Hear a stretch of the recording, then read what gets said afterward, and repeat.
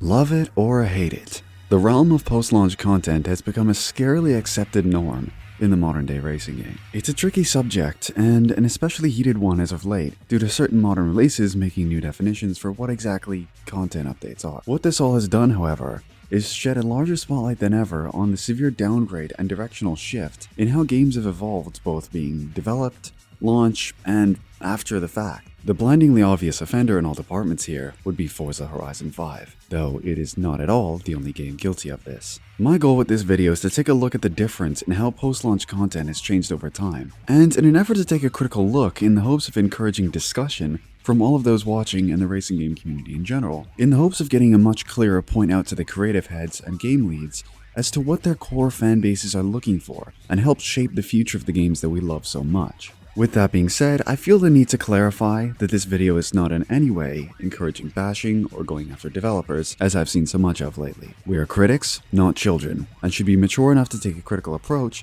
without starting World War III over video game DLC. Now, let's start by going over the past 5 years of Horizon and how content has evolved. I've noticed a lot of those newer to the Horizon franchise have a hard time understanding the criticism thrown at Horizon 5 for recycling content from previous games, and in the efforts of showing those of you exactly why us veteran players have such a large issue with the current state of the series, let's turn back time to 2016 and Forza Horizon 3, the game in which I believe was the peak of Horizon content. Horizon 2 to 3 was a massive jump from the get-go. Just over 240 cars in Horizon 2 to over 350 in Horizon 3. Keep in mind though, that is just the car list at launch of both games. By the end of each game, Horizon 2 had 313 cars, and Horizon 3 ballooned to a whopping 524 vehicles. All of these vehicles added in post-launch were paid DLC packs, 6 or 7 cars at a time, about once a month. And every single car in those packs were all new to the series and never seen in a Forza game before. So you really got your money's worth. Now compare this to Horizon 4 to 5. Horizon 4 actually launched with a smaller car list than Horizon 3 finished up with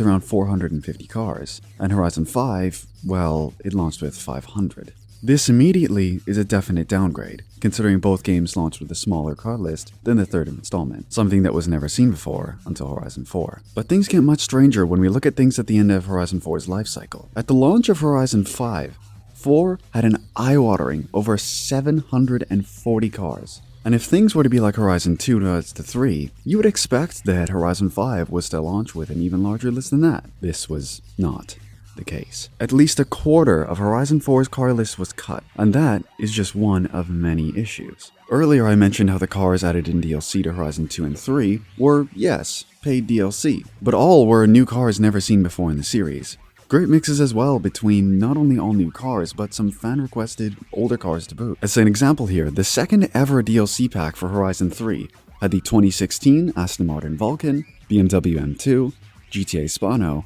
and Pagani Huayra BC, all cars which came out the same year as Horizon 3, alongside the Crown Vic, Wrangler CJ5, and Lotus 340R for some highly requested older fan cars. This was the level of quality that would happen every single month. Looking to Horizon 5, the festival playlist is its own bag of rotten worms, but focusing on the cars, the average update is, well, you know the cars that were cut from FH4's final roster?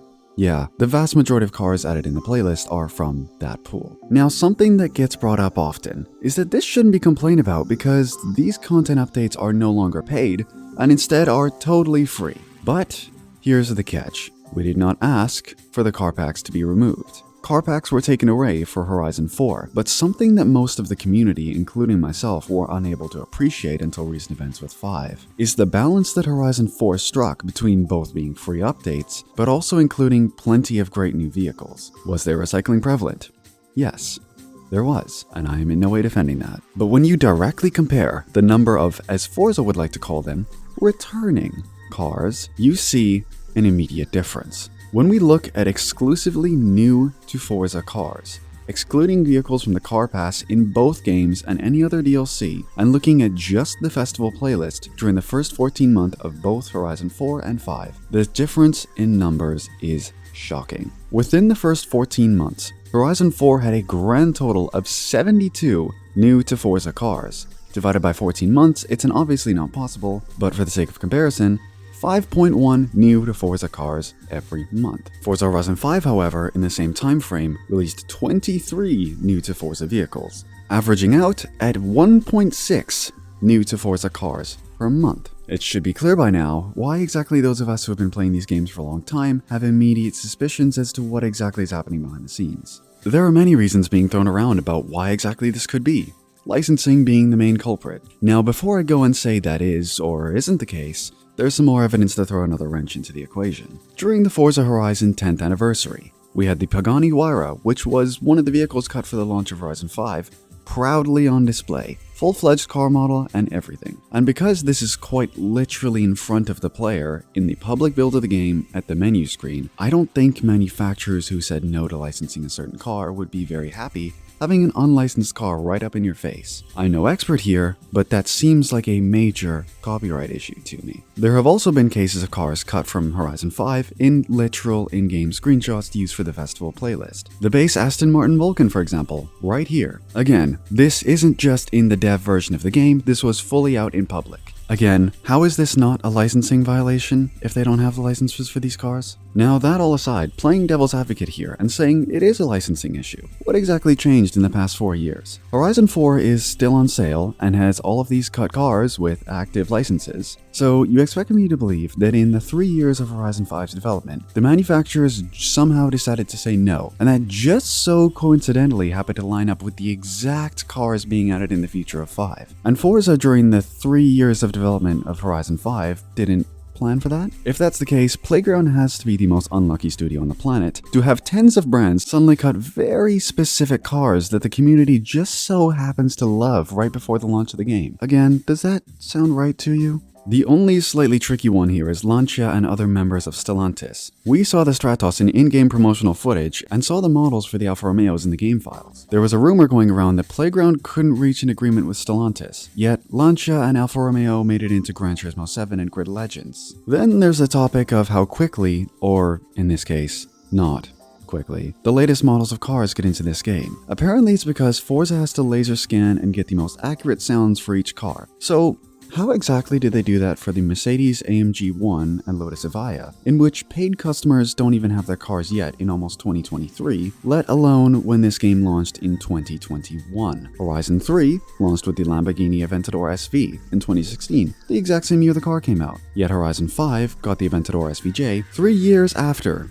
that car debuted. Now yes, I know it's a mobile game, but how on earth does CSR2 manage to have the latest and greatest cars, and the largest racing game franchise in history can't even get close? CSR2 had the Pagani Utopia and G87 BMW M2 in the game within less than a week of those cars being revealed. There is so much I could say about Horizon, such as the expansions being so far behind the usual schedule, completely misleading update titles, and the fact that the game continues to be broken in new ways with every single update, but it isn't just Forza that's the offender here. Gran Turismo 7 exposes another major issue with how updates are being handled. Gran Turismo Sport gave us a few cars every month for free that were just added to Brand Central for purchase. I don't think anyone had issues with this. It was a great way to have players come back to the game after launch without that feeling of FOMO that Forza gives locking cars behind time.